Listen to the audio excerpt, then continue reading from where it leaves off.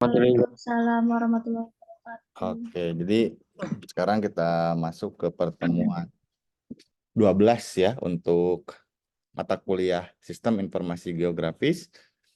Karena harusnya sih memang minggu ini tuh kita luring, tapi karena ada UTBK, makanya semuanya ditiadakan kelas luring dan masuk di kelas daring. Ya walaupun ada satu kelas yang katanya bentrok dengan mata kuliah lain, tapi nanti akan kami share rekaman video ini ke kelas tersebut biar pengalaman perkuliahannya tetap terlaksana begitu. Kemudian sebelum dimulai, apakah Pak Andri sudah datang? Hadir Pak, hadir. Hadir ya? Oke, baik. Berarti Pak Andri sudah hadir di tengah-tengah kita. Apakah masih di Sukabumi Pak Andri atau sudah kembali di Bandung sekarang? Sudah kembali ke Bandung Pak. Oke, baik. Berarti proyek Sukabuminya sudah beres ya? Iya, beres. Alhamdulillah. Oke. Baik, kemudian untuk pertemuan ke-12 kali ini kita akan mendengarkan pemaparan terkait eh, pemanfaatan SIG dalam berbagai bidang. Betul ya, kalau tidak salah materinya seperti itu. Nanti Pak Andre akan menjelaskan terkait kalau kita belajar SIG dan bisa SIG. Isuk-isuk kuliahnya nggak buta. Oke, Ilham ya. Berarti isu kuliah itu kata Ilham gabut ya. Baik. Kita lanjutkan. Mudah-mudahan yang lain tidak seperti itu. Untuk perkuliahan SIG sekarang, saya ulangi materinya terkait pemanfaatan SIG dalam berbagai bidang. Nanti kalian benefitnya apa sih kalau bisa SIG dan tahu SIG begitu ya di bidang-bidang yang lain selain pendidikan. Misalnya kalian bisa menjadi apa atau bisa dipakai apa ilmu ini nanti ke depan dan lain sebagainya. Nanti kita akan mencoba mendengarkan dari Pak Andri terkait hal tersebut. Dan ini tidak akan terlalu teknis karena memang dideskripsikan ya, tidak terkait dengan aplikasinya. Secara langsung begitu. Silakan dicermati dan nanti ada sesi tanya jawab juga mungkin di akhir atau bahkan di tengah-tengah pun ketika kalian penasaran dengan materi yang Pak Andri sampaikan, silakan boleh raise hand dan mungkin nanti Pak Andri akan langsung menjawab begitu Pak Andri ya. Biar nanti tidak lupa gitu pertanyaannya dan keburu ketumpuk oleh materi yang lain. Baik, sebelum dilanjutkan saya akan screenshot dulu terkait kehadiran kalian.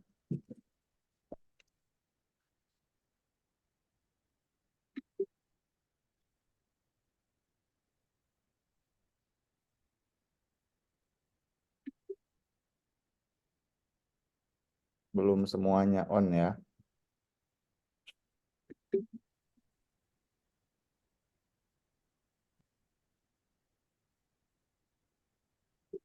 Oke, baik. Cukup, sudah saya screenshot semuanya yang on dan tidak on saya masukkan. Untuk selanjutnya, Pak Andi, silakan untuk dimulai. Baik, terima kasih untuk Pak Setio atas sambutannya. Langsung saja ya. Bismillahirrahmanirrahim. Assalamualaikum warahmatullahi wabarakatuh.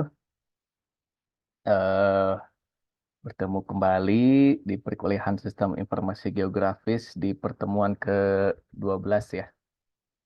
Nah, untuk materi kita pada kesempatan kali ini seperti yang sudah dijelaskan sebelumnya oleh Pak Setio tentang pemanfaatan sistem informasi geografis dalam berbagai bidang kehidupan gitu.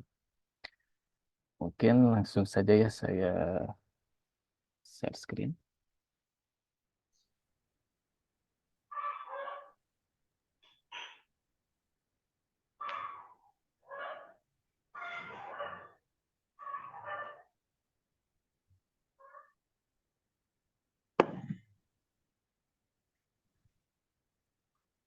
Baik.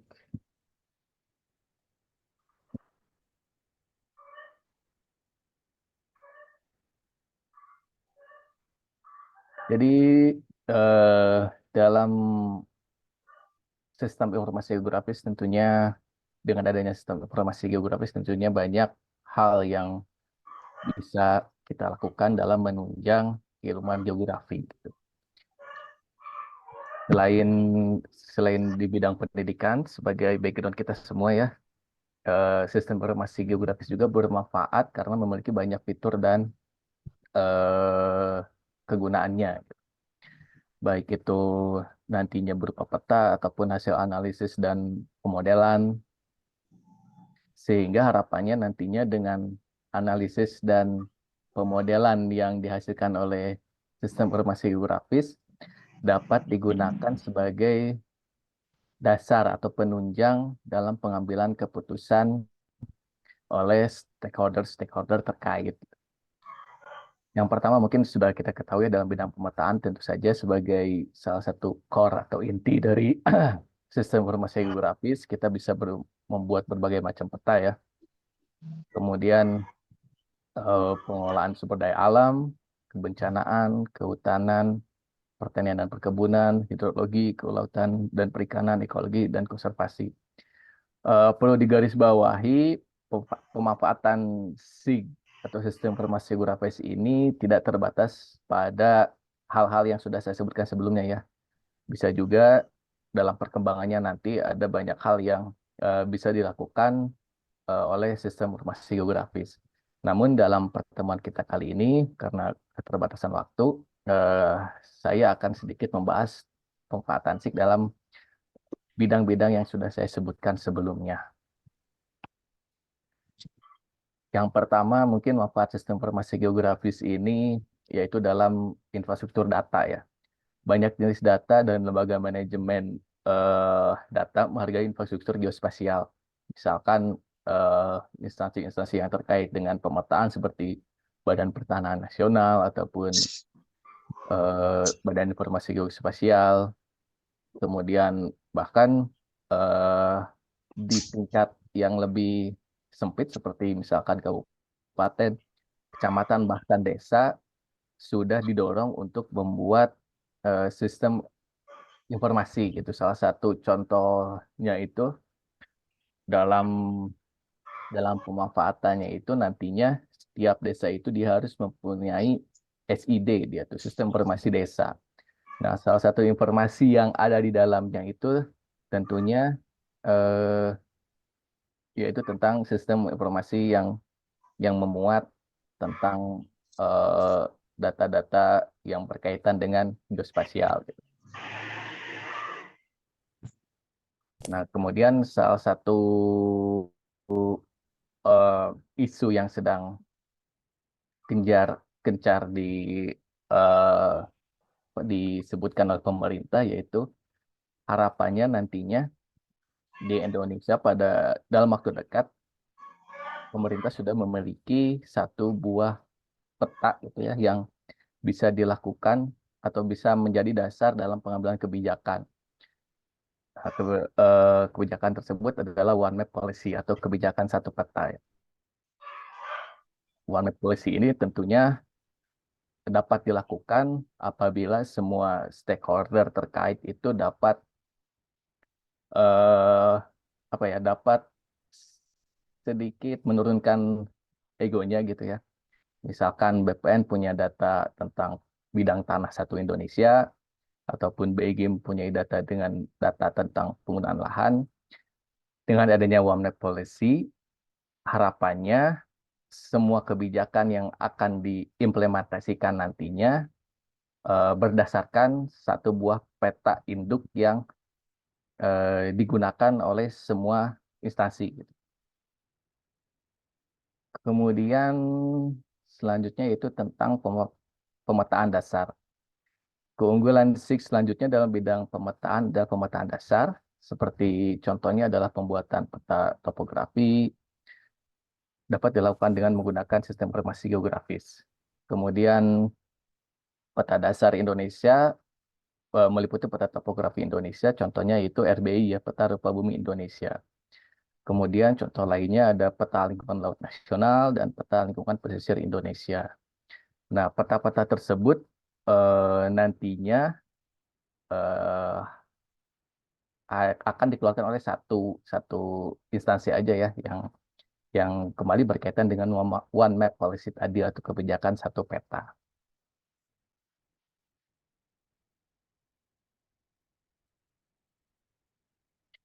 Kemudian masih dalam pemetaan, SIG juga dapat dimanfaatkan dalam pemetaan batimetri untuk memproses hasil survei dan melakukan survei dangkal atau pemetaan kedalaman laut.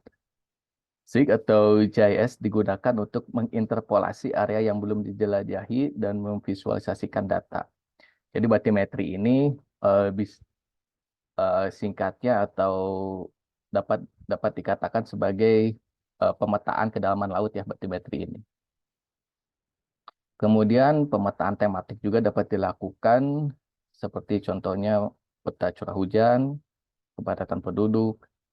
Nah, saat ini penggunaan peta tematik semakin banyak digunakan oleh berbagai institusi dan organisasi yang ada di Indonesia. Bukan hanya instansi yang skupnya atau jangkauannya nasional ya, instansi-instansi seperti kabupaten bahkan desa pun sekarang diharapkan memiliki peta-peta tematik tentang daerahnya.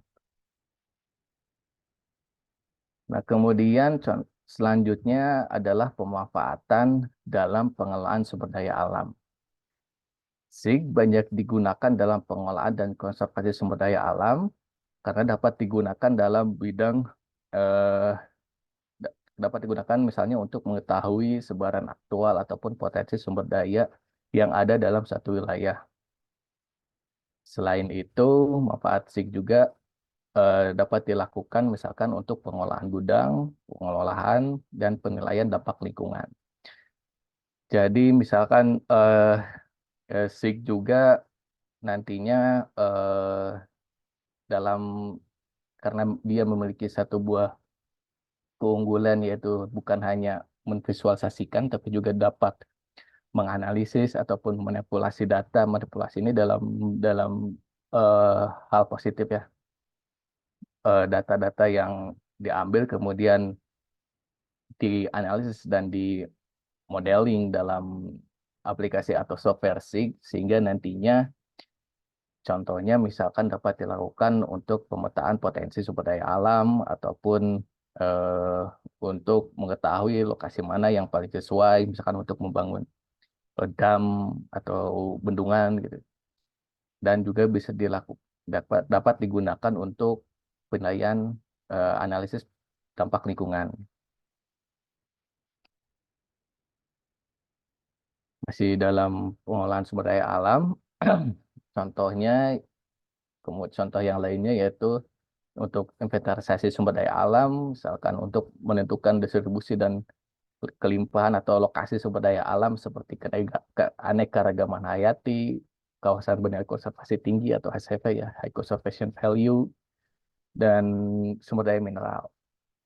Kemudian dapat juga dilakukan untuk pengolahan data kekayaan sumber daya alam. Data sumber daya alam yang melimpah saat ini hasil dari inventarisasi tersebut dapat dikelola dengan menggunakan software SIG atau sistem informasi geografis seperti misalkan pengelolaan kawasan lindung dan pengukuran batas untuk tangkapan jenis ikan misalkan. Dan tentunya dapat dilakukan juga untuk analisis dampak lingkungan ketika misalkan satu industri atau satu bangunan ataupun satu pemanfaatan sumber daya alam akan dilaksanakan gitu.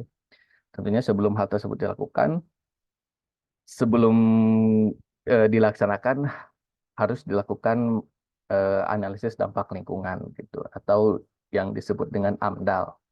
Sehingga harapannya dengan adanya AMDAL, dampak-dampak negatif yang mungkin dihasilkan oleh satu buah industri atau satu buah bangunan dapat diminimalisir.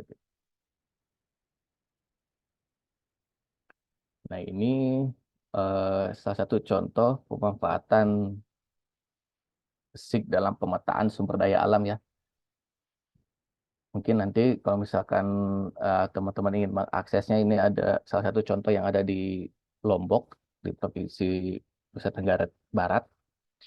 Salah satu contoh peta potensi sumber daya alam yang sudah dibikin WebGIS ya atau WebGIS. Nantinya sebaran mengenai potensi-potensi sumber daya alam tersebut eh, dapat dibuka oleh publik gitu ya, di zoom in, zoom out, dan lokasinya ada di mana bisa diketahui.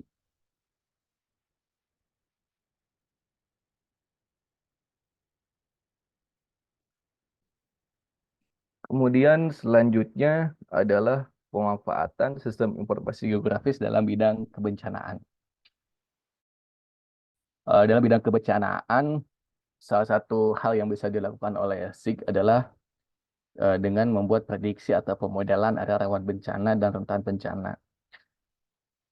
Eh, Salah satu contohnya, mungkin pemerintah dapat menggunakan data SIG atau GIS untuk memetakan daerah berisiko bencana seperti tanah longsor, tsunami, atau banjir. Dan menggunakan informasi ini untuk mengkoordinasikan rencana kesiapsiagaan bencana untuk setiap wilayah. Nah, tentunya dalam pembuatan pemodelan area rawan bencana ini terdapat eh, terdapat parameter-parameter atau variabel-variabel yang digunakan dalam pembuatan atau pemodelan area rawan bencana tersebut.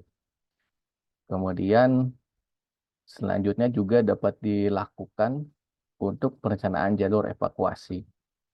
Kita juga dapat menggunakan SIG atau GIS untuk merencanakan rute evakuasi melalui daerah rawan bencana dan rawan bencana.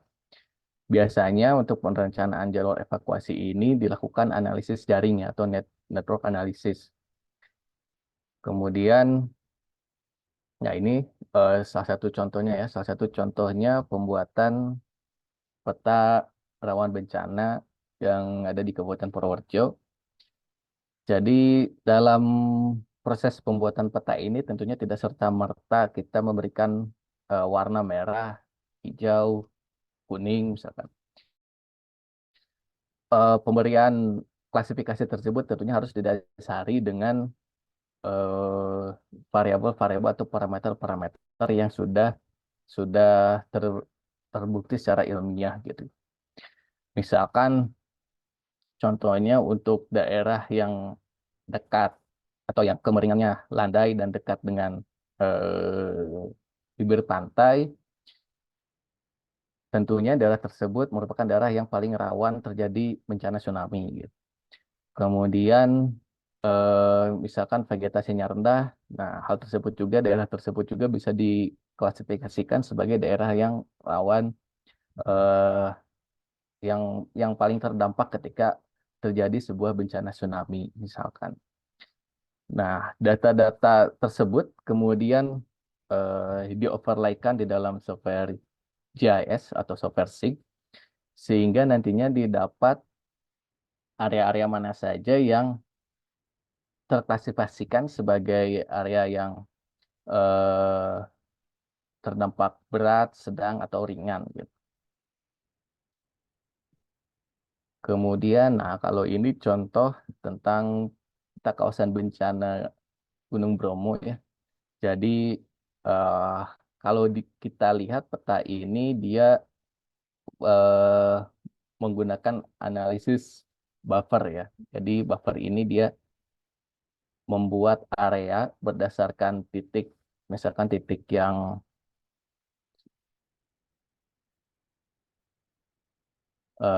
ini adalah eh, lokasi kawah dari Gunung Bromo, sehingga ketika terjadi letusan atau erupsi Gunung Bromo, area-area yang di dalam lingkaran merah ini akan terdampak eh, paling paling tinggi gitu ya kerusakannya ketika sebuah erupsi terjadi. Nah, tentunya kalau kita lihat ya peta ini dia eh, terlalu mensimplifikasi ya. Dia hanya melakukan analisis buffering dengan asumsi bahwa area misalkan kalau dilihat di sini misalkan membuat zona buffering 6 6 kilo kalau nggak salah dia. Ya, ya 400 4.000 ke 2.000 ya sekitar 6 kilometer dari kawah Gunung Bromo dia atau si pembuat peta ini mengasumsikan area tersebut merupakan area yang paling terkena dampak gitu. Kemudian yang area di dalam lingkaran kuning ini dampaknya sedang dan hijau dampaknya rendah gitu. Nah, seperti yang sudah sering kita bahas ya, ketika kita membuat sebuah atau menggunakan sistem informasi geografis, kita memodelkan bentuk kenyataan atau realita ke dalam bentuk digital, tentunya banyak asumsi dan simplifikasi yang digunakan. Nah, ini salah satu contohnya. eh Bisa saja kita tambahkan, misalkan untuk area yang dilalui oleh eh, di bawah di bawah lereng ataupun misalkan area yang dilalui oleh sungai, daerah tersebut merupakan daerah yang rawan yang paling tinggi dampaknya ketika terjadi erupsi karena misalkan laharnya akan turun eh, melewati lereng yang paling curam terlebih dahulu gitu. Jadi seperti itu.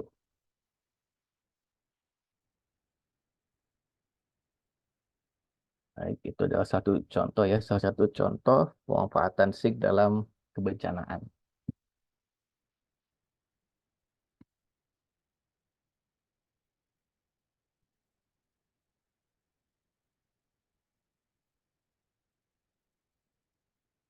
Eh,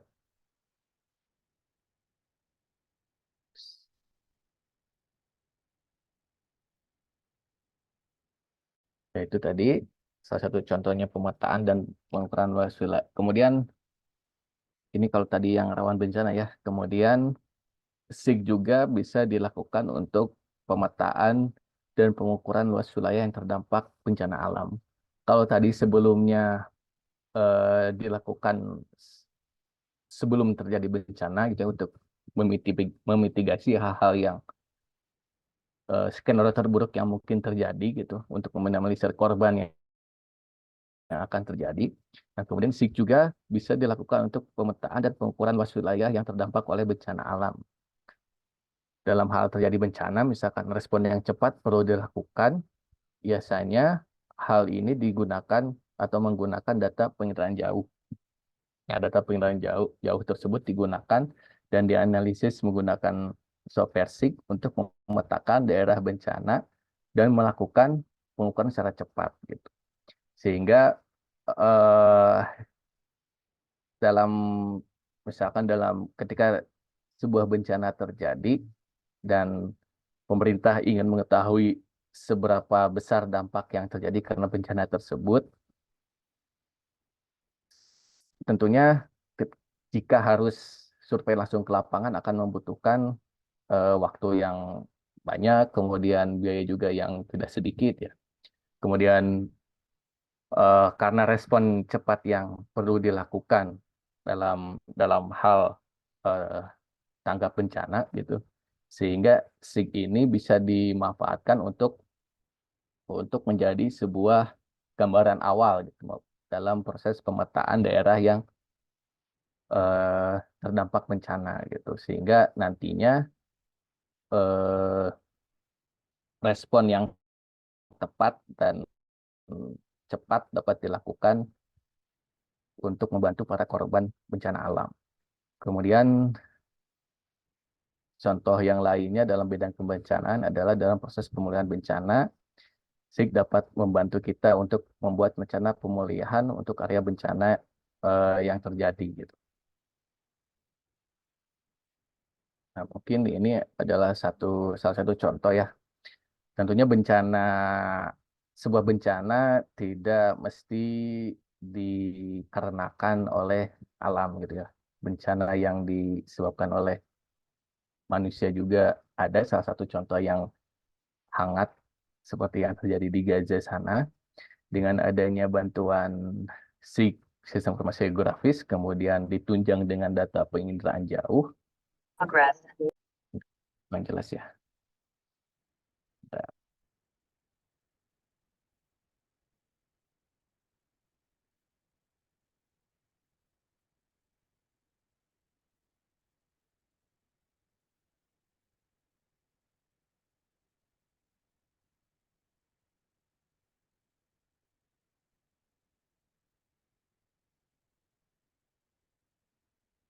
Nah, ini adalah salah satu eh, contoh pemetaan SIG dalam eh, tanggap bencana ya untuk pemetaan area-area mana saja yang terdampak paling dahsyat gitu ya, paling paling tinggi gitu.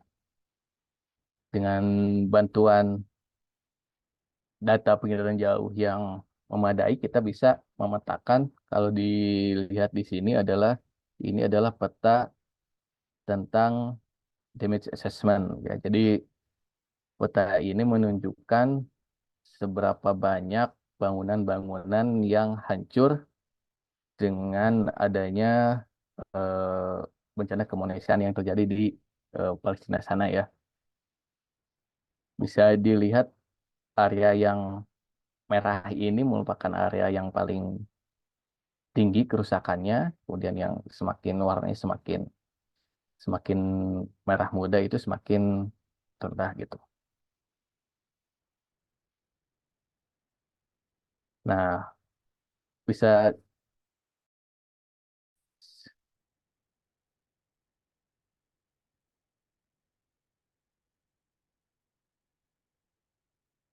dengan adanya peta ini diharapkan bisa digunakan oleh oleh organisasi-organisasi kemanusiaan untuk menyalurkan bantuannya ke lokasi yang paling terdampak gitu.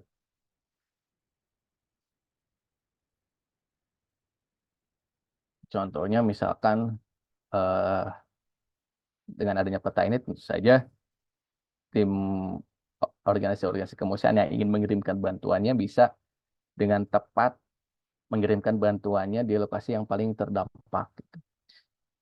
Nah, bisa juga kalau di sini kan tentang bangunan yang hancur gitu ya. Bangunan yang hancur juga kan bisa disebabkan oleh misalkan gempa bumi, misalkan ketika sebuah gempa bumi terjadi dan kita ingin eh, mengetahui area mana saja yang paling terdampak oleh sebuah bencana gempa bumi, kita mungkin bisa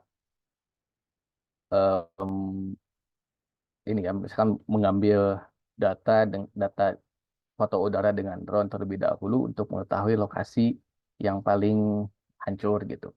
Apabila aksesnya tidak bisa tidak aksesnya itu juga ikut hancur dengan bantuan misalkan pemetaan drone, kita bisa mengetahui area mana saja yang paling terdampak oleh sebuah bencana gitu.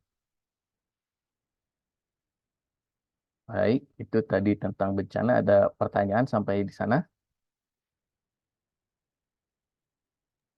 Kolom chat Pak Andri. Kenapa? Di kolom chat ada pertanyaan. Oh ya,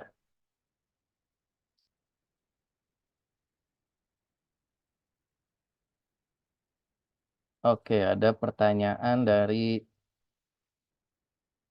Agus Irfan Hidayat ya.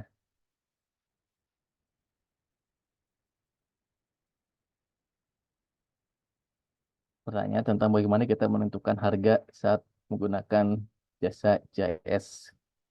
Kemudian bidang apa yang saat ini sering menggunakan jasa JS, bidang apa saja yang kedepannya berpeluang besar untuk selalu menggunakan JS.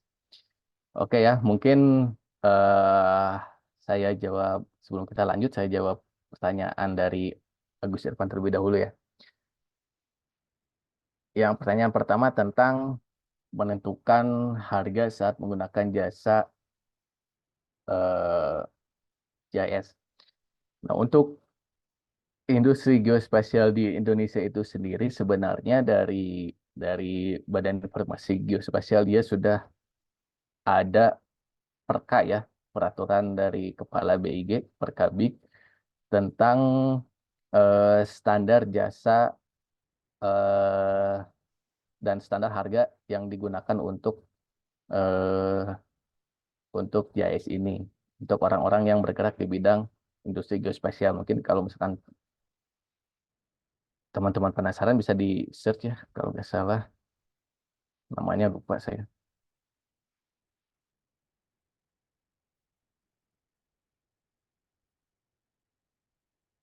PIG jasa.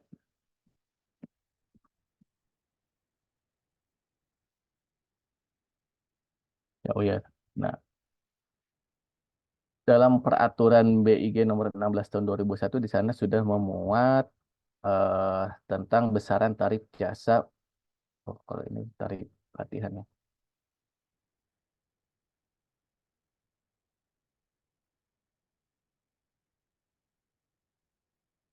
Yang tahun 2019 Pak Andri. 2019 ada ya? Mm-mm. Ya, nanti mungkin bisa dibuka kalau tidak salah di dalamnya dia sudah memuat standar harga eh, untuk ini ya untuk praktisi atau pekerja-pekerja yang bergerak di bidang industri geospasial. Di sana sudah memuat misalkan perharinya berapa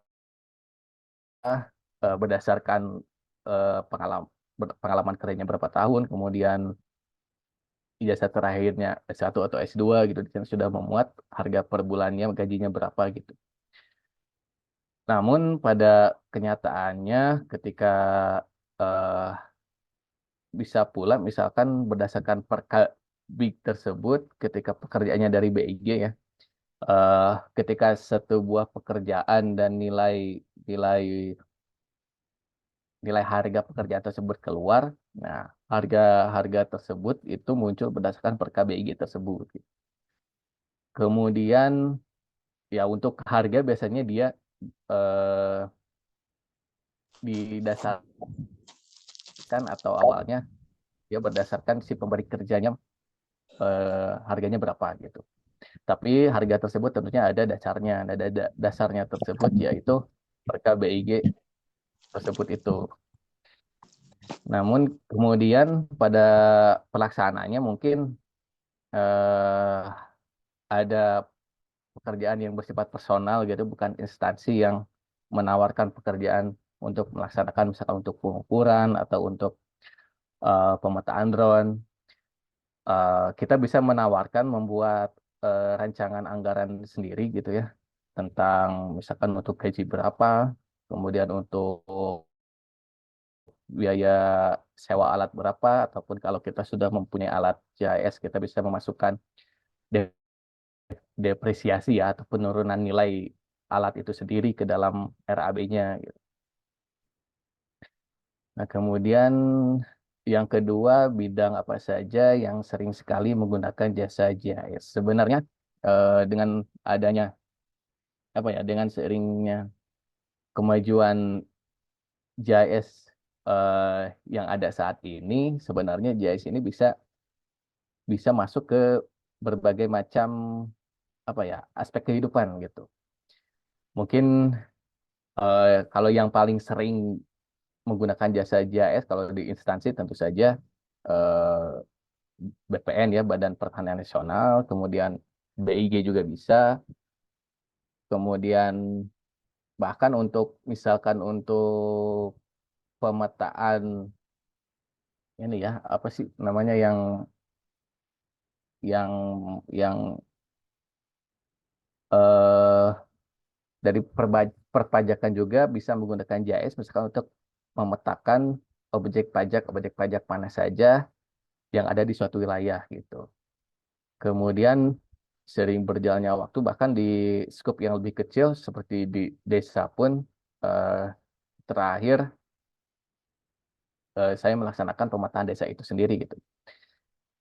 Jadi ya itu tadi beberapa instansi ya. Kalau tadi instansi yang sering menggunakan jasa GIS, kalau bidangnya banyak ya.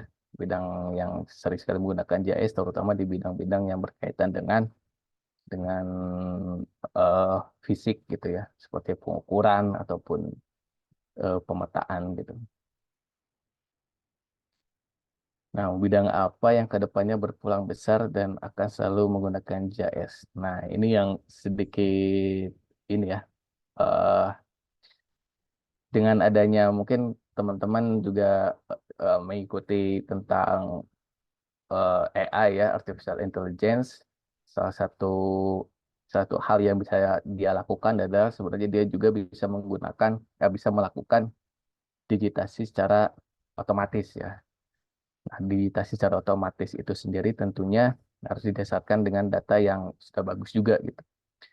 Namun eh ke depannya yang saya lihat yang berpeluang besar akan selalu menggunakan JS ya di industri-industri yang berkaitan dengan big data gitu ya, seperti misalkan eh, industri tentang apa ya, tentang teknologi-teknologi yang berkaitan dengan big data lah, seperti contohnya misalkan contoh yang paling eh, besarnya misalkan si Grab ataupun Gojek. Nah, dia juga kan sebenarnya menggunakan ini ya, menggunakan dasar-dasar GIS untuk menentukan area mana saja yang paling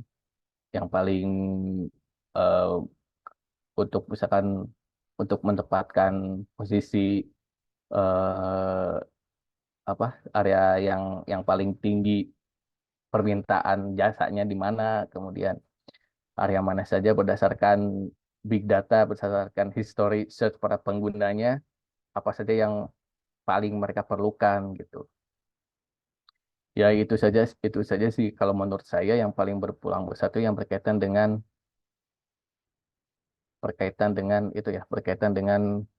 big data dan juga berkaitan dengan eh, software development gitu. Makanya eh, saya tekankan kalau misalkan teman-teman memiliki waktu atau yang tertarik dengan bahasa-bahasa yang bahasa komputer ya, seperti misalkan Python ataupun misalkan JavaScript, silakan belajar mengenai hal tersebut karena nantinya saya percaya eh, keahlian-keahlian tersebut atau kemampuan-kemampuan tersebut yang paling banyak digunakan gitu. Tentunya nantinya dari bahasa script tersebut atau Python atau JavaScript tersebut bisa dikaitkan dengan eh, industri geospasial gitu. Itu paling Gus, terima kasih atas pertanyaannya. Selanjutnya ada yang tanyakan, oh ada Sri Mulyati, silakan Sri. Ya, baik Bapak, terima kasih. Mohon izin untuk bertanya Bapak terkait Ya, pemetaan bencana gitu Pak. Kan tadi kalau misalkan pemetaan terkait apa ya, kerusakan pembangunan di Gaza itu kan bisa dilihat menggunakan drone gitu.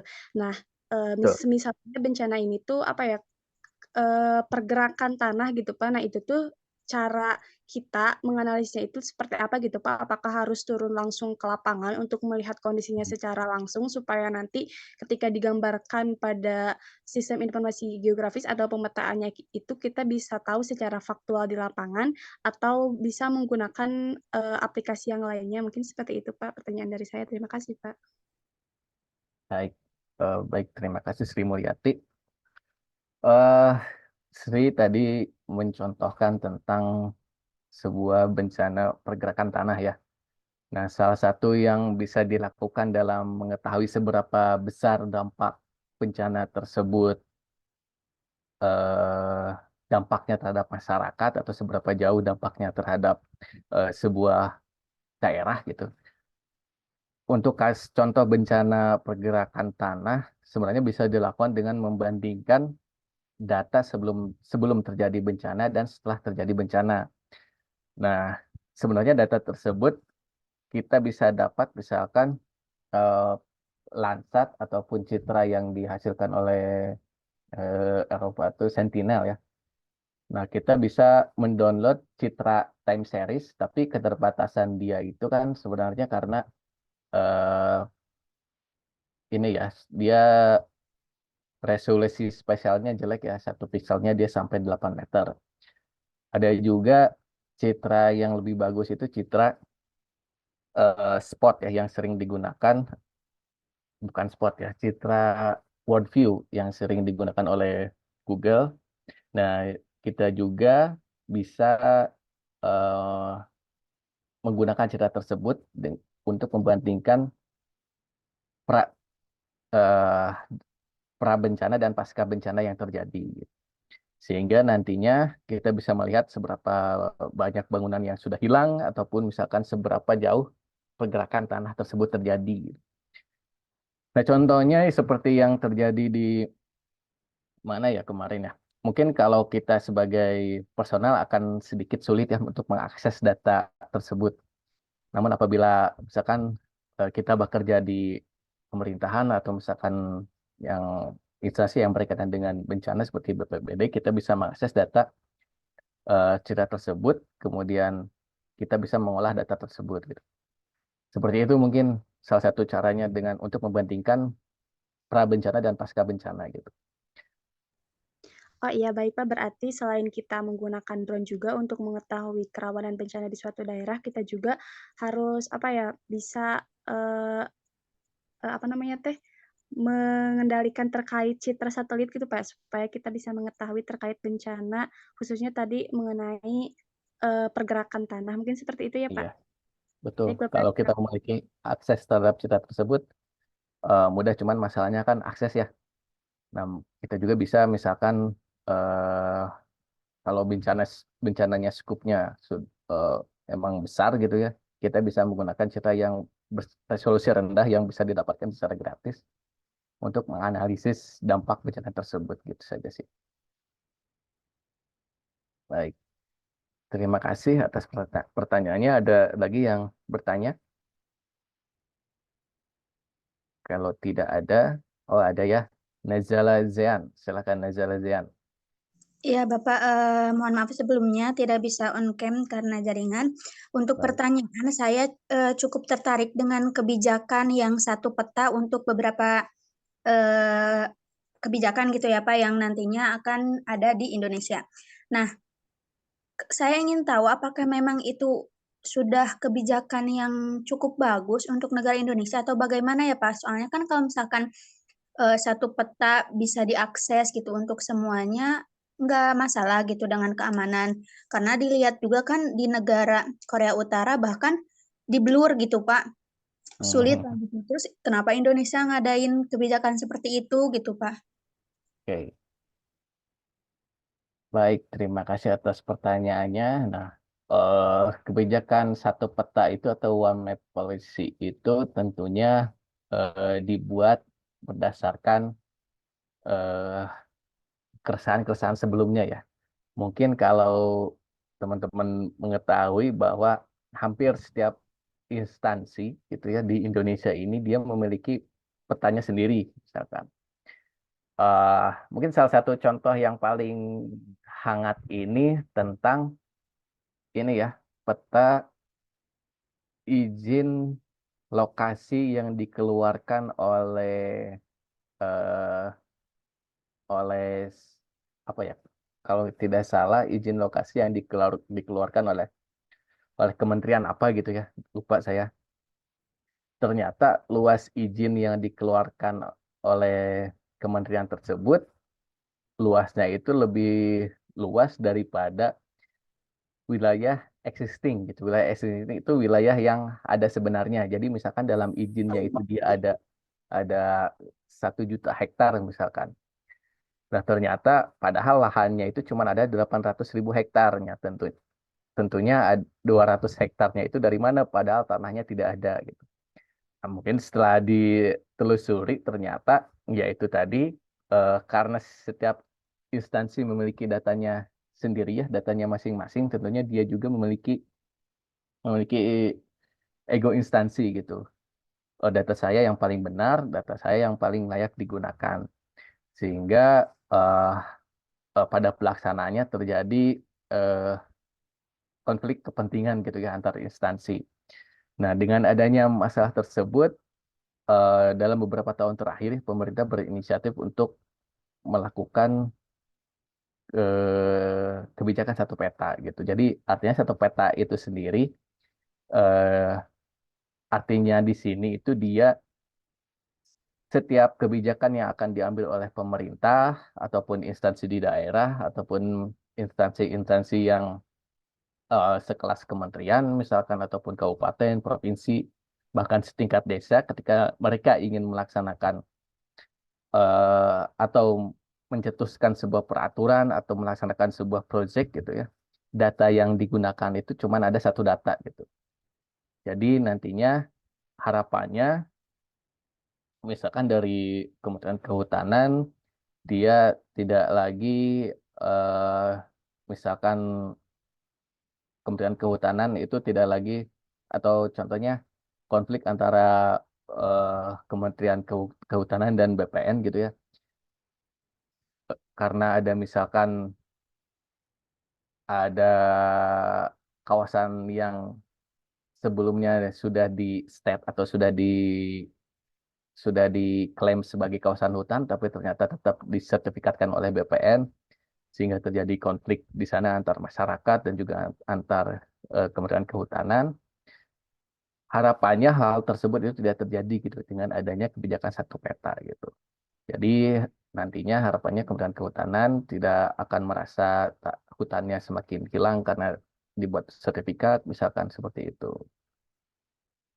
Jadi itu ya. Kemudian berkaitan dengan keamanan gitu. Eh, Maksud One Map Policy di sini kan sebenarnya ada beberapa data yang emang sifatnya publik gitu, bisa di-share, misalkan bahkan saat ini sudah bisa di-share. Kalau misalkan data yang contohnya data RBI gitu ya, data dari BIG sudah bisa kita akses. Pasti ada beberapa data yang aksesnya terbatas gitu. Jadi ya saya yakin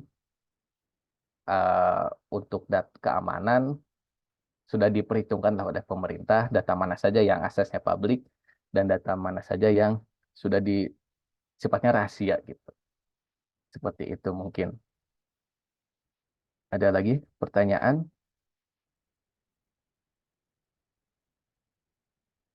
Kalau tidak ada kita lanjut ya. Tadi kita sudah sampai di bidang pertanian dan di bidang kebencanaan. Selanjutnya kita lanjut ke bidang ada satu lagi ya. Oh ya, siap. Sama-sama. Terima kasih atas pertanyaannya. Lanjut untuk pemanfaatan sistem informasi geografis dalam bidang pertanian dan lingkungan. Nah, salah satu contoh pemanfaatan SIG dalam bidang pertanian dan lingkungan yaitu yang pertama manajemen irigasi ya. Jadi dengan adanya manajemen irigasi, salah sorry, ketersediaan air memiliki dampak langsung pada produksi tanaman lokal pastinya. Kita dapat menggunakan SIG untuk merencanakan saluran irigasi dan mengelola sistem irigasi kita gitu ya. Jadi contohnya kita sudah memiliki peta gitu ya, peta dari citra drone, dari peta udara gitu. Kemudian di dalam foto udara tersebut kita sudah mengetahui saluran sungainya di mana, kemudian sawah-sawahnya di mana, sehingga dengan adanya data tersebut dan kemudian analisis yang dilaksanakan dalam software SIG misalkan, kita bisa menentukan dan merencanakan saluran irigasi yang tepat gitu untuk mengelola sistem persawahan yang ada gitu.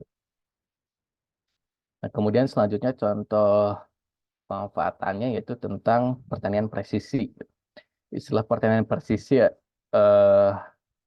jadi sistem ini menggunakan SIG juga ya untuk melakukan perhitungan dan mengevaluasi teknik-teknik tertentu. Misalkan saat ini sudah banyak dilaksanakan pemberian pupuk dengan menggunakan drone. Nah, tentunya dalam penggunaan drone tersebut, dalam pemberian pupuk dengan menggunakan drone tersebut, kita eh, bisa mengefektifkan atau mengefisienkan berbagai hal gitu ya. Misalkan untuk cost, biaya, kemudian waktu juga lebih sedikit gitu. Dan tetapi dalam pelaksanaannya tentunya banyak hal yang perlu kita perhatikan gitu ya. Seperti misalkan jalur terbang yang harus dilalui oleh drone tersebut agar semua tanamannya bisa diberikan pupuk gitu ya, bisa terakses oleh drone tersebut. Dan ini salah satu contohnya ya pengembangan teknologi drone untuk pertanian berkelanjutan. Nah, kemudian pertanian presisi ini artinya ketika kita memutuskan atau seorang petani memutuskan menggunakan drone, eh, salah satu hal yang perlu diperhatikan adalah kepresisiannya kan ya, karena mereka ingin pupuknya tidak terbuang percuma, kemudian waktunya juga lebih singkat dalam proses pemberian pupuk, dan juga eh, apa ya, tenaga manusianya tidak terlalu banyak gitu. Namun yang perlu diperhatikan adalah kepresisiannya. Jadi nantinya si drone ini dia di di dalamnya diinstal GPS ya, di dalamnya ada GPS. Nah, dari GPS tersebut dia memberikan informasi koordinat, kemudian kita eh, men-setting drone tersebut jalur terbangnya mau kemana saja gitu. Sehingga tujuan dari pertanian presisi ini dapat tercapai gitu.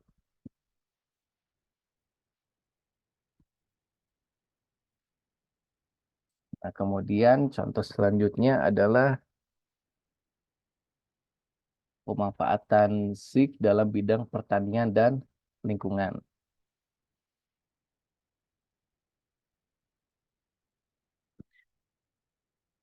SIG dan penginderaan jauh dapat digunakan untuk sebagai deteksi dini di area yang dihinggapi hama atau area di mana hama dan penyakit mungkin terinvestasi ya atau terjadi. Nah, kemudian data ini dapat digunakan untuk mendukung efisiensi tindakan pengendalian hama dengan menargetkan area-area yang paling kritis gitu. Nah, dari eh, prosesnya itu dengan contoh untuk ini ya untuk pemanfaatan dalam pengendalian hama dan penyakit. Ketika kita sudah memiliki data foto udara itu tadi ya, ataupun citra beresolusi tinggi, dengan adanya SIG dan penginderaan jauh, kita bisa mendeteksi atau melihat area mana saja yang paling terdampak atau yang paling kritis gitu oleh hama dan penyakit, sehingga tindakan-tindakan yang paling tepat dan cepat bisa dilakukan gitu untuk minimalisir dampak atau mengendalikan hama dan penyakit yang terjadi di suatu daerah dalam satu tumbuhan gitu. Nah, kemudian contoh yang lainnya itu SIG juga dapat digunakan untuk memprediksi dan atau memperkirakan produktivitas suatu lahan pertanian. Prediksi ini dapat dilakukan dengan menggunakan data fisik seperti jenis tanah, kemudian lereng, dan curah hujan. Selanjutnya, kita bisa menjalankan perhitungan sampel untuk menghitung tingkat produktivitasnya, biasanya per ton per hektar per tahun gitu. Sampel data berbasis lahan tersebut memberikan perkiraan produktivitas untuk suatu wilayah. Nah, ini adalah contohnya ya. Yaitu contoh pemanfaatan SIG dalam bidang pertanian untuk pembuatan peta produktivitas padi berdasarkan, kalau ini berdasarkan citra satelit. Nah, dari citra satelit tersebut kita bisa mendapatkan ada yang dinamakan NDVI ya, atau indeks, singkatnya normal normalized difference vegetation index atau indeks vegetasi atau indeks kehijauan. Jadi ada dalam sebuah satelit yang digunakan untuk mengambil citra ya. Nah, di dalam satelit tersebut atau di dalam kameranya tersebut dia memiliki beberapa sensor. Nah, salah satu sensor yang digunakan itu kan dia menggunakan sensor infrared, kemudian ada beberapa sensor lainnya lah. Nah, dari kombinasi beberapa sensor tersebut dapat menghasilkan yang dinamakan NDVI atau indeks vegetasi atau indeks kehijauan. Nah, indeks kehijauan tersebut didapat dari nilai-nilai piksel ya, karena citra kan dia bukan vektor tapi eh, skala terkecilnya kan piksel ya. Nah, dari piksel tersebut menghasilkan nilai-nilai NDVI sehingga eh, dapat kita klasifikasikan berdasarkan indeks vegetasinya tersebut, kelas produktivitasnya ya. Kalau dilihat dari peta ini, dia menggunakan citra Landsat 6, kemudian RBI, dan observasi lapangan.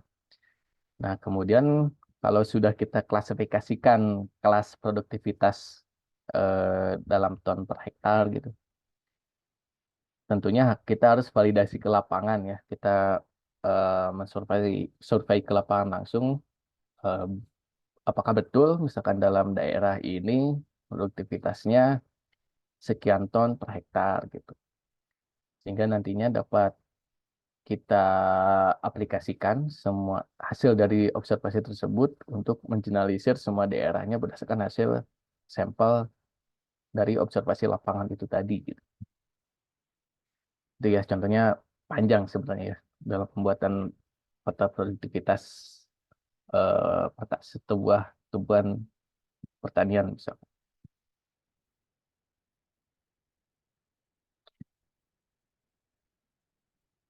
Oke, selanjutnya tadi tentang pertanian, selanjutnya adalah pemanfaatan di bidang kehutanan.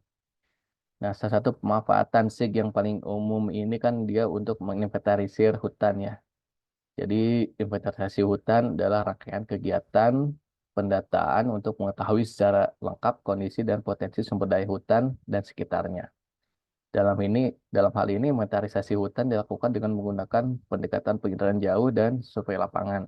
GIS digunakan untuk menyimpan dan memproses data tersebut. Nah,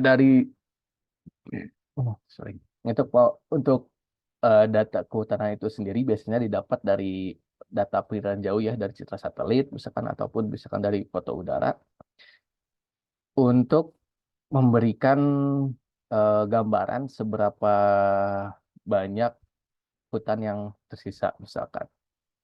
Sehingga nantinya dengan adanya data tersebut dan dilakukan setiap bulan atau setiap tahun gitu ya, kita dapat mengetahui angka deforestasi yang terjadi gitu atau pengundulan kehilangan hutannya seberapa banyak per hektar per tahun gitu.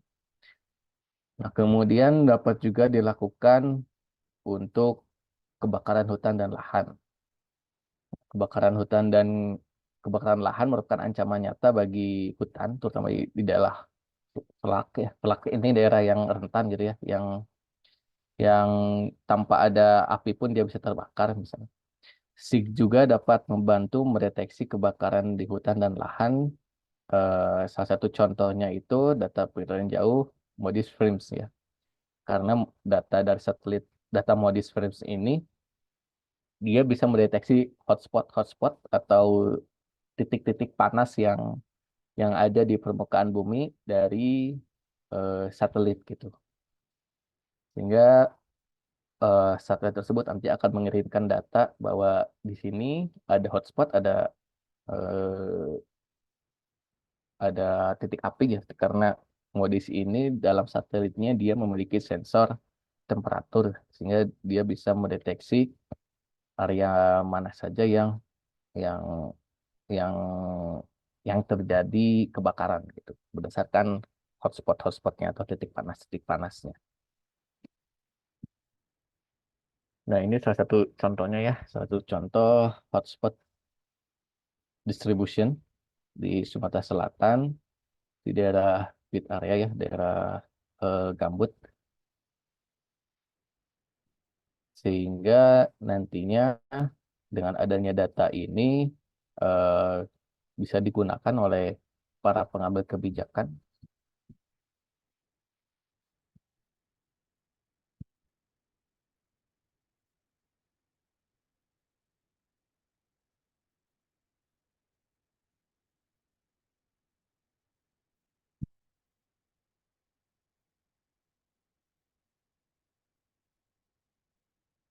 Oke, lanjut ya. Sehingga dengan contohnya data ini ya, data tentang sebaran titik panas atau hotspot di daerah Sumatera Selatan. Harapannya dengan adanya data tentang persebaran titik panas ini, para pengambil kebijakan dapat dapat segera melaksanakan mitigasinya atau atau bagaimana caranya menanggulangi kebakaran hutan tersebut gitu dengan misalkan menempatkan eh karena kan kalau kebakaran hutan di Indonesia ini kebanyakan dia man-made ya oleh manusia misalnya untuk membuka lahan dengan cara membakar hutan. Kedepannya kedepannya kebakaran hutan di daerah yang paling banyak hotspotnya bisa diminimalisir.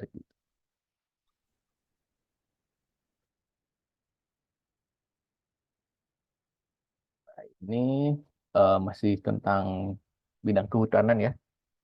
Satu contohnya itu selanjutnya adalah untuk pemantauan deforestasi ya. Tadi sudah dijelaskan kalau sebelumnya dengan menggunakan SIG kita bisa mendeteksi dan memantau perubahan tutupan lahan atau deforestasi. Caranya yaitu bisa dengan menggunakan membandingkan dua buah periode yang berbeda gitu atau misalkan 2 tahun data pada peta tutupan lahan per 2 tahun misalkan contohnya.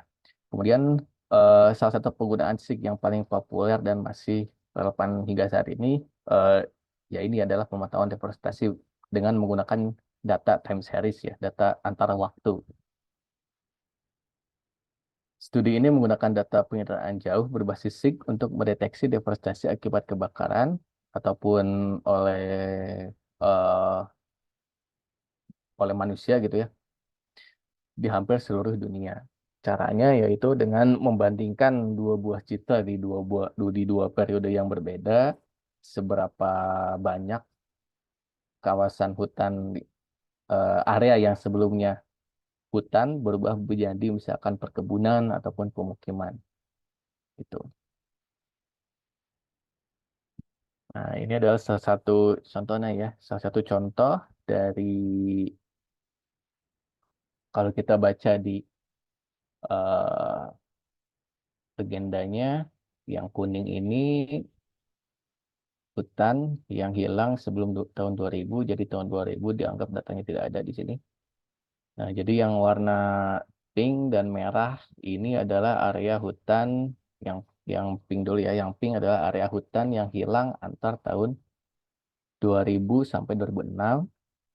Yang kemudian ya untuk yang merah eh, area yang hilang dari tahun 2006 sampai 2016 dan warna hijau adalah area hutan yang tersisa gitu. Jadi bisa dilihat dari tentang waktu tahun 2000 sampai 2016 dalam 2000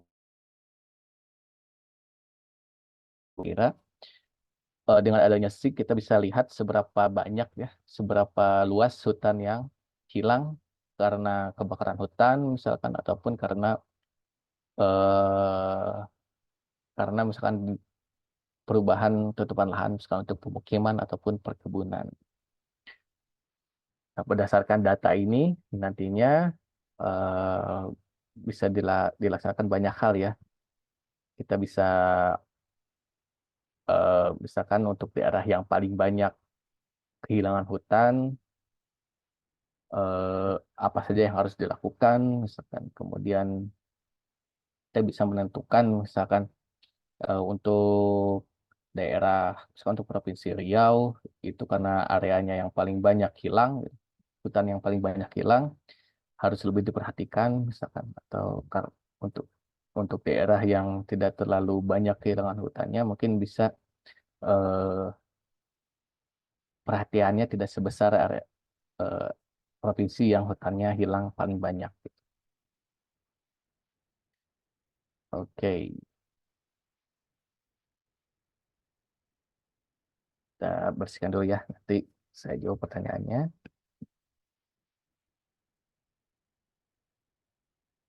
Kemudian selanjutnya, kita jawab dulu lah pertanyaannya.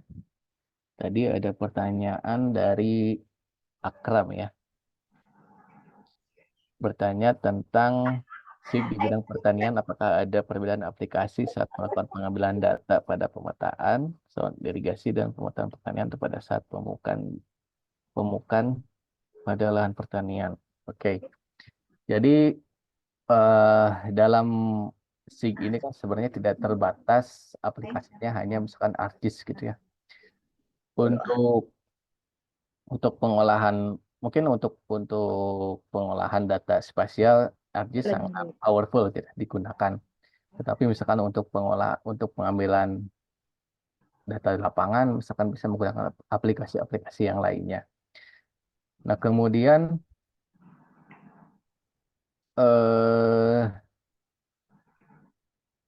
pertanyaannya perbedaan apa?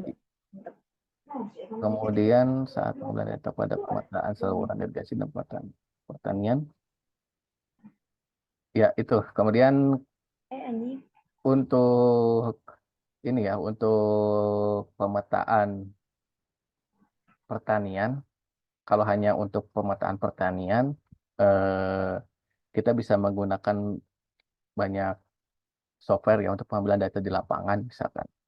Ataupun untuk pengolahan data geospasial itu sendiri tidak terbatas hanya ArcGIS saja sih sebenarnya. Ada banyak software GIS yang bisa kita gunakan, misalkan salah satunya adalah ArcGIS, kemudian ada juga yang didapat oleh QGIS.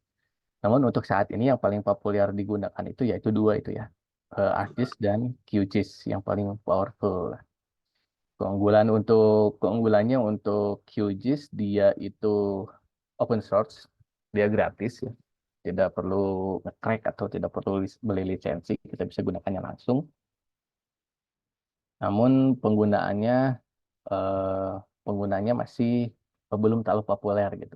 Tapi tidak ada salahnya ya.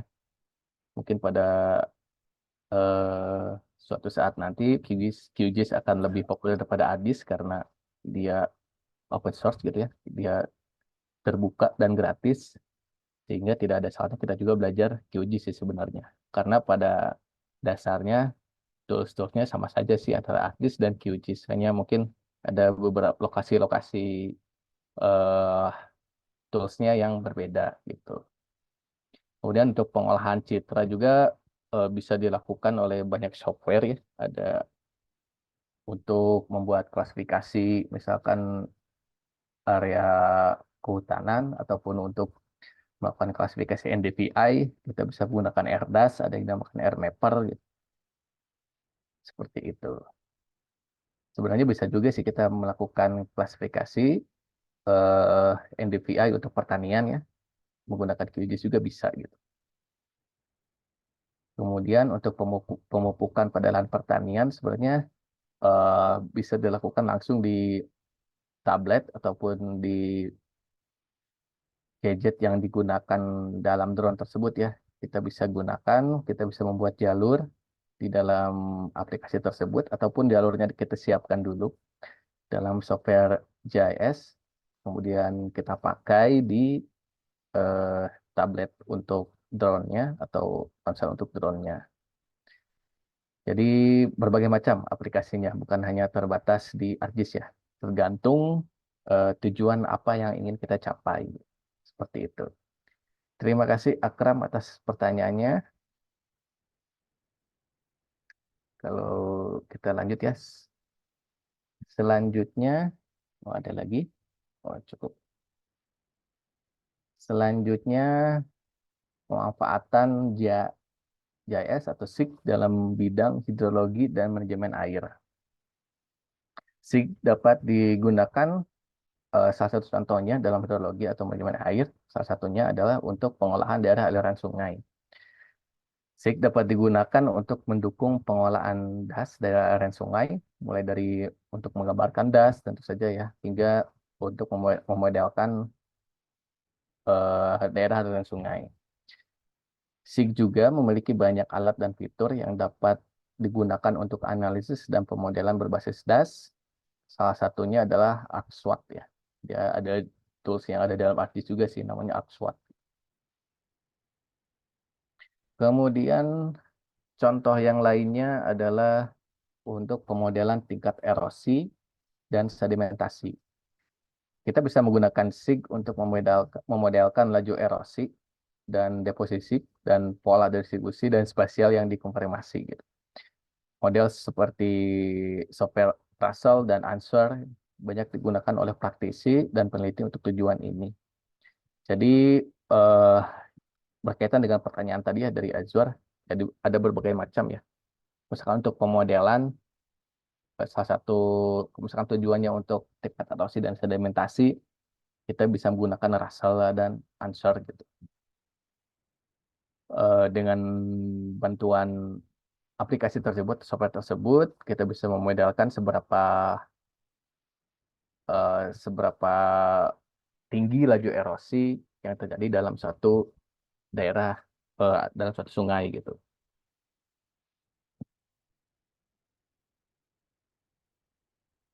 Kemudian contoh yang lainnya dalam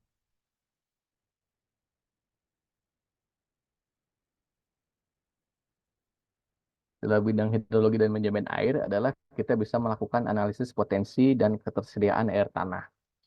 Air tanah merupakan bagian penting dari kehidupan manusia. Potensi air tanah di suatu wilayah dapat dimodelkan dengan menggunakan data fisik seperti kelembapan lereng, data tanah, penggunaan lahan, dan SIG digunakan dalam proses overlay-nya.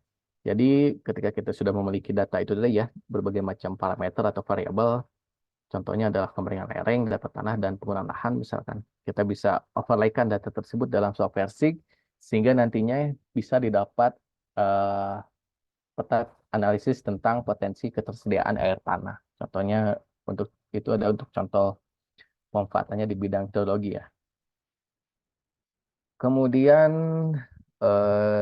SIG juga dapat digunakan untuk pemodelan atau pemilihan lokasi bendungan. Kita juga bisa menggunakan SIG untuk memodelkan lokasi pembangunan bendungan untuk mencegah banjir dan mengatur irigasi. Hal ini dapat dicapai dengan menggunakan analisis kompatibilitas tanah dan pendekatan pemilihan lokasi. Jadi misalkan ketika kita ingin membuat sebuah bendungan, tentunya ada banyak hal yang perlu diperhatikan ya, misalkan topografi ataupun eh, area pemukimannya seberapa banyak, kemudian apakah jenis tanahnya sesuai atau tidak gitu. Dengan adanya data-data tersebut, kita bisa melakukan analisis kompatibilitas dan dan nantinya kita bisa mengetahui area mana saja yang mungkin paling cocok digunakan sebagai bendungan gitu.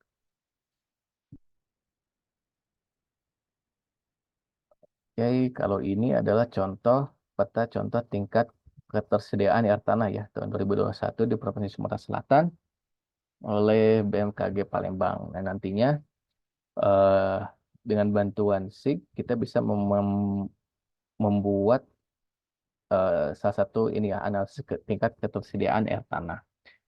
Tentunya parameter-parameter yang digunakan juga berbagai macam ya, misalkan curah hujan ataupun jenis tanah dan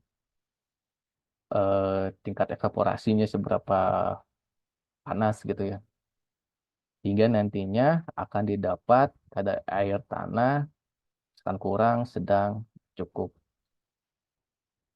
Oke, ya. Namun ya itu tadi ya perlu digarisbawahi terdapat banyak parameter atau variabel yang digunakan untuk membuat dan asumsi ya untuk membuat peta seperti ini contohnya ya peta ketersediaan air tanah ataupun peta-peta lainnya yang mengharuskan kita untuk mengoverlay satu peta dengan peta yang lainnya. Kita harus banyak landasan teorinya ya dalam mengambil satu buah asumsi. Selanjutnya tentang pemanfaatan SIG di bidang kelautan dan perikanan. Nah, salah satu manfaat SIG dalam bidang kelautan dan perikanan ini, salah satu contohnya adalah untuk konservasi terumbu karang. Nah, dengan adanya data penginderaan jauh seperti citra satelit, kemudian dan juga dengan survei lapangan, kita bisa memetakan dan mengidentifikasi terumbu karang mana saja yang tersisa gitu. Kita kemudian dapat menggunakan beberapa data tutupan karang untuk memverifikasi percepatan dan pemodelan kerusakan terumbu karang. Kita juga bisa menggunakan data tersebut untuk mengkonfirmasi kesehatan terumbu karang di masa depan. Selain itu, hasilnya dapat dioperasi dengan data zonasi untuk kawasan lindung laut data tersebut akan sangat membantu dalam upaya perlindungan terumbu karang. Lalu selanjutnya contoh pemanfaatan SIG, yaitu untuk mendeteksi polusi kelautan. Nah, kita bisa menggunakan GIS untuk menentukan penyebab pencemaran laut. Tentunya itu tadi ya, kita sering menggunakan data penginderaan jauh di sini, data citra misalkan. Kita bisa menggunakan pendekatan Ridge to Coral Reef untuk melihat dampak kerusakan area darat ke laut. Contoh lainnya untuk pemetaan polusi kelautan adalah pemetaan tumpahan minyak ke laut misalnya. Pemetaan tumpahan minyak ke laut ini didapat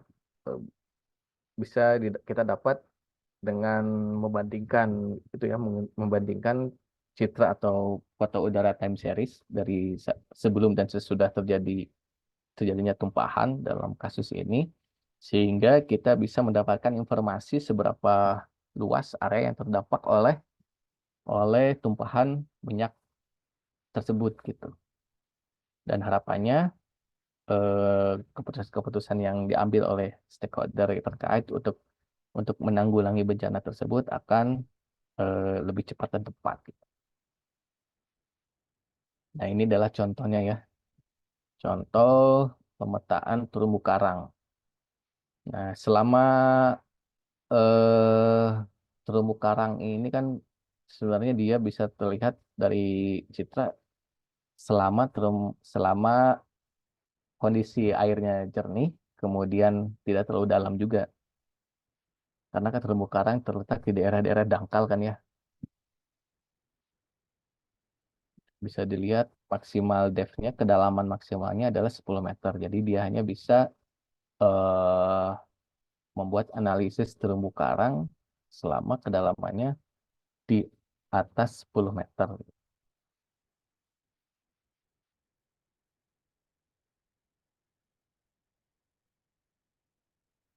Kemudian selanjutnya tentang pemanfaatan SIG di bidang ekologi, lingkungan, dan konservasi satwa liar. Nah, salah satu contohnya adalah untuk pemodelan kesesuaian model habitat ya. Misalkan kita memiliki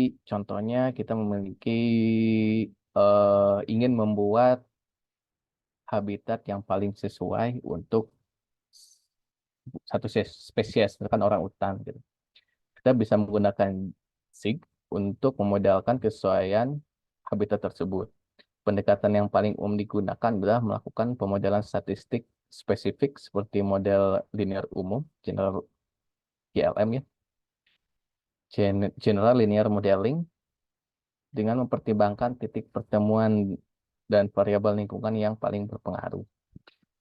Hasil pemodelan ini secara eksplisit dispesialisasi atau dispesialkan, ya, angka-angka tersebut dispesialkan nantinya dengan menggunakan bantuan SIG. Alat atau perangkat lunak yang paling umum digunakan untuk memodelkan kesesuaian habitat adalah Maxent, namanya Maxent software-nya, yang menggunakan pendekatan perhitungan entropi maksimum. Jadi nantinya dari hasil analisis statistik tersebut akan didapat habitat mana saja atau lokasi mana saja yang paling cocok untuk satu buah spesies tertentu. Nah, inilah contohnya ya, contoh pemodelan habitat yang paling cocok untuk, kalau di sini contohnya adalah orangutan ya, habitat suitability map orangutan. Tentunya ya itu tadi ya, dalam membuat peta seperti ini contohnya ya, kesesuaian habitat, banyak asumsi yang kita gunakan, banyak parameter yang kita gunakan, variabel yang kita gunakan, dan juga berbagai disiplin ilmu yang saling berkaitan. Misalkan kalau kita ingin memetakan habitat orangutan, tentunya kita harus bertanya ke ahli satwa gitu ya, ahli orangutan, habitat apa saja sih yang paling cocok untuk orangutan, misalkan suhunya berapa, kemudian kerapatan vegetasinya berapa, dan sebagainya dan sebagainya. Sehingga nantinya akan didapat dari informasi tersebut akan didapat daerah yang kesesuaian rendah, sedang, dan tinggi. berdasarkan parameter-parameter yang didapat itu tadi. Kemudian contoh yang lainnya dalam bidang ekologi, kita bisa GPS tracking ya untuk memahami perilaku satwa. Caranya yaitu dengan menempelkan satu buah GPS ke dalam tubuh satwa, bisa itu misalkan ikan ataupun burung gitu ya. Eh, Kita bisa menggunakan SIG untuk memahami pergerakan hewan melalui pendekatan ini.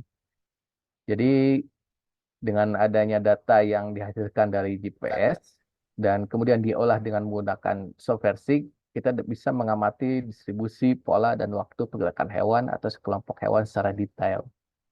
Memahami perilaku hewan, terutama spesies yang terancam punah, dapat sangat membantu dalam menilai dan merencanakan upaya konservasi. Nah, ini adalah contoh ya, contoh dari perilaku hewan yang dengan bantuan SIG itu kita bisa dapatkan pergerakan hewan ini kemana saja ya. Nah, ini adalah satu contohnya, kalau tidak salah, burung elang ya. Nah, dengan menempelkan GPS di dalam tubuhnya, kemudian si GPS tersebut mentransmisikan datanya dalam bentuk koordinat ya, lokasinya, kita bisa melihat pergerakan burung ini kemana saja ya. Bisa dilihat burung tersebut ternyata eh, menghindari area perairan, kemudian dari Kazakhstan, dari Rusia, ternyata burung tersebut bisa sampai ke wilayah Afrika ya, ke daerah Sudan, Eritrea, dan Djibouti. Seperti itu. Dan dengan adanya data ini, eh, kita bisa menentukan upaya konservasi untuk spesies tertentu yang terancam punah tersebut seperti apa gitu. Kita juga misalkan contohnya eh, ingin mengetahui pergerakan, misalkan kita menempelkan GPS ke dalam tubuh harimau gitu ya, kita ingin mengetahui kemana saja mereka pergi gitu, eh, cakupan areanya kemana saja dan sebagainya dan sebagainya. Data-data yang berhubungan dengan lokasi lah intinya. Baik, terima kasih. Mungkin itu saja. Apakah ada pertanyaan dari teman-teman?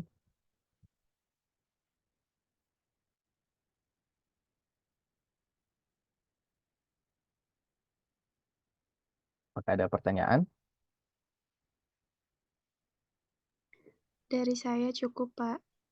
Cukup ya, Sri ya. Ada lagi yang mau ditanyakan?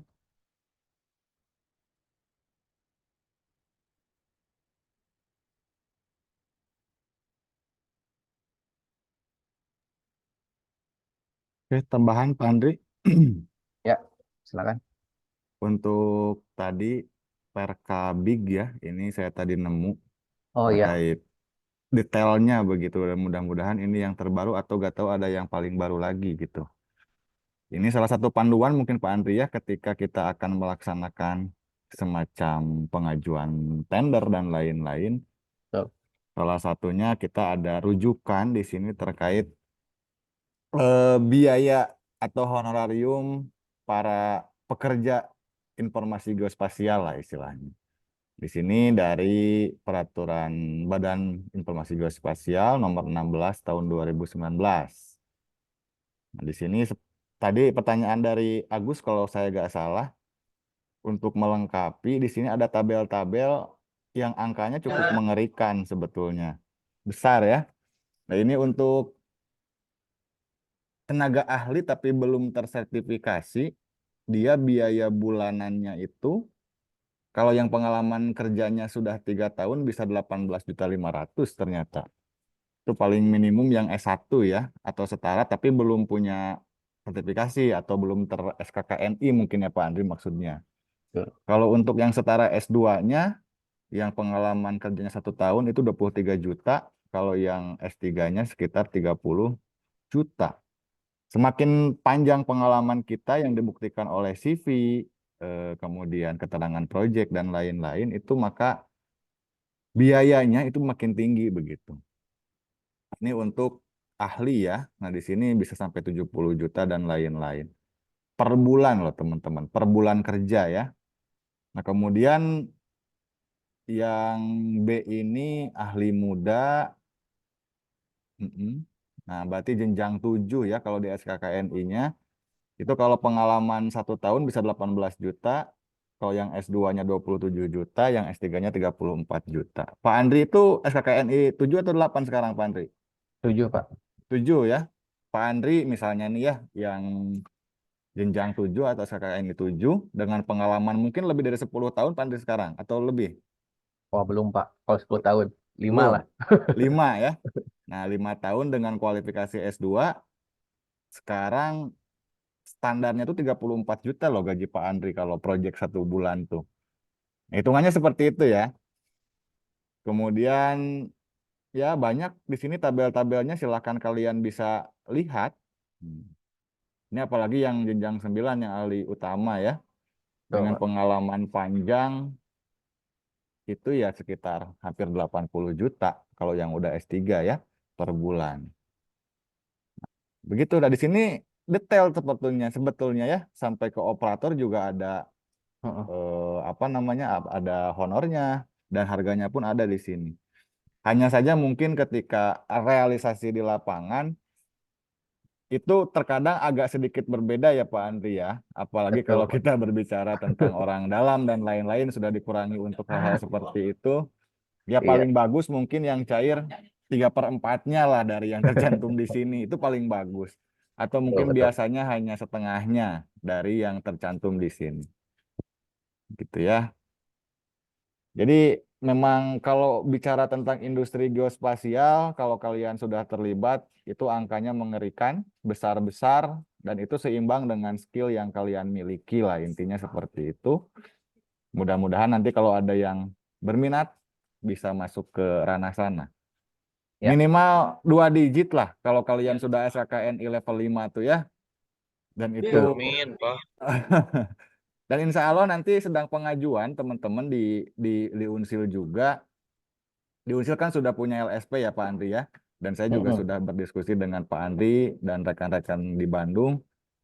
Itu dia bisa bukan menerbitkan ya, melakukan tes lah, melakukan tes sendiri di Unsil, di LSP. Dan kalian nanti bisa memperoleh SKKNI kalau tidak salah level 5 ya. Level 5 ya Pak Andri ya. Mm. Level 5 kalau untuk setara S1, dan itu masuknya ke operator ya. Atau Iya, apa Pak Andri? masih 5 tuh. operator. Masih Satu operator ya. pengalaman 3 tahun lagi bisa jadi analis kalau untuk Ah, GIS. oke.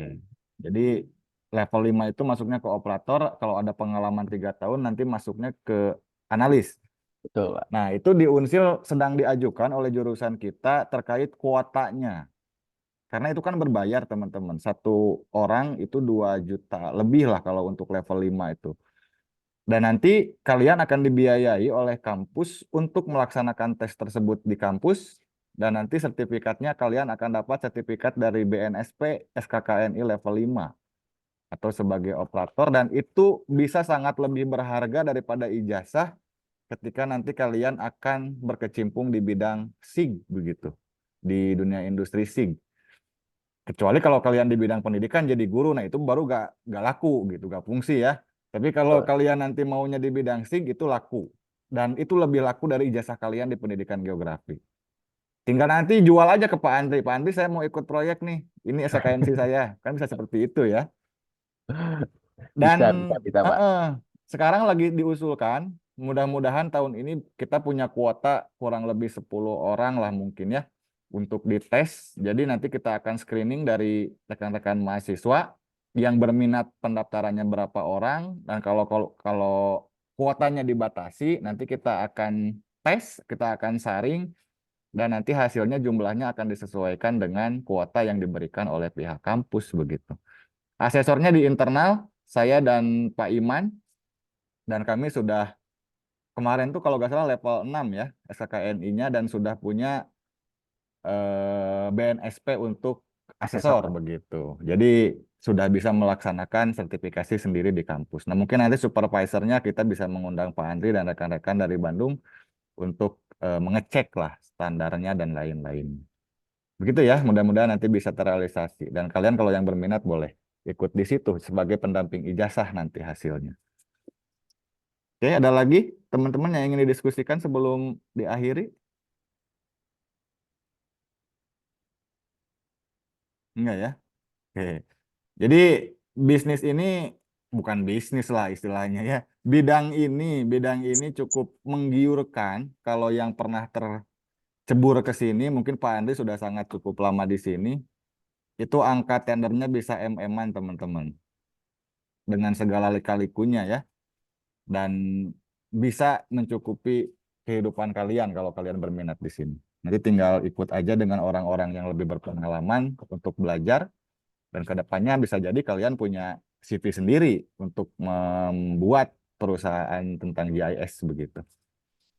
Oke, Pak Andri, kita akan bikin breakout room dulu mungkin ya, Betul, Pak. terkait Seperti biasa. terkait absensi sebentar. Dan di geografi juga sebetulnya kalian nanti deskripsi wajib untuk membuat peta dan itu di GIS dibikinnya ya. Oke.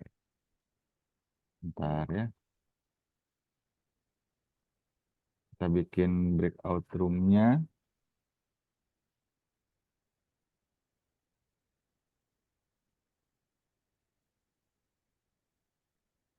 Pil harga Pak Andri kalau bikin peta administrasi lah misalnya lingkup kabupaten itu berapa harganya?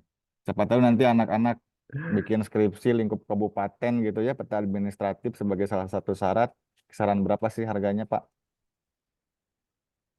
Spill harga untuk apa? Tingkat kabupaten. Ya, misalnya kita bikin peta administratif Kabupaten Tasik misalnya gitu atau Kota Tasikmalaya. Itu satu harganya kalau yang bikin profesional berapa tuh? eh Tergantung ya. Maksudnya tergantung di Mm-mm. sini itu kita mau batas administratifnya itu mau sejauh mana, sedetail apa gitu. Mm-mm. Apakah mau sampai skup desa ataupun sampai ke kadus-kadus gitu. Oke lah, dari range termurah sampai termahal aja. Mungkin kalau lebih gampangnya sih untuk per desa aja ya, untuk yang sudah Hmm. pernah dilakukan di ini ya. Untuk ke yang terakhir itu, kalau harga dari desanya itu 7 sampai 10 sampai 20 lah per desa itu untuk pembuatan peta administrasi desa dengan cara ini ya, dengan cara survei ke lapangan langsung ya.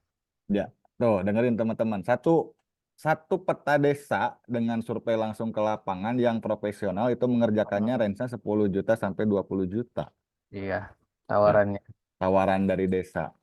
Tendernya segitulah istilahnya. Dan kemarin Pak Andre dapat itu, kalau nggak salah Kabupaten Tasik ya, setengah Kabupaten Tasik, Pak Andre dapat itu ya. Ya kali aja, kali 200 desa misalnya. Berapa M tuh angkanya? Oke. Lumayan. Baik, dan yang mengerjakan juga senior kalian salah satunya. Jadi kemarin tuh saya dan Pak Andri menginisiasi yang ke lapangan tuh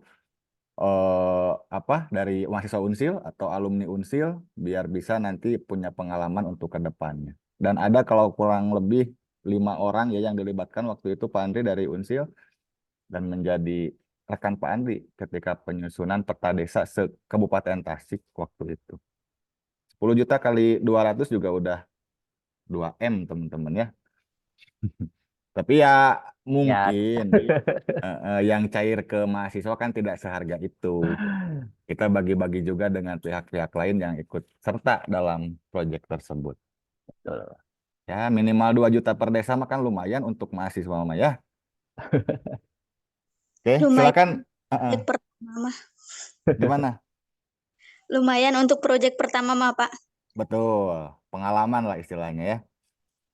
Oke, silakan untuk masuk ke breakout room. Nanti Pak Andri akan masuk ke setiap breakout room tersebut untuk mengambil screenshot ya Ya, terkait betul. absensi pertemuan kita kali ini. silakan masuk. Mm-mm. Dan nanti Pak Andri di breakout room masing-masing silahkan langsung di close saja. Biar Nah, anak-anak bisa langsung keluar setelah beres screenshot ya.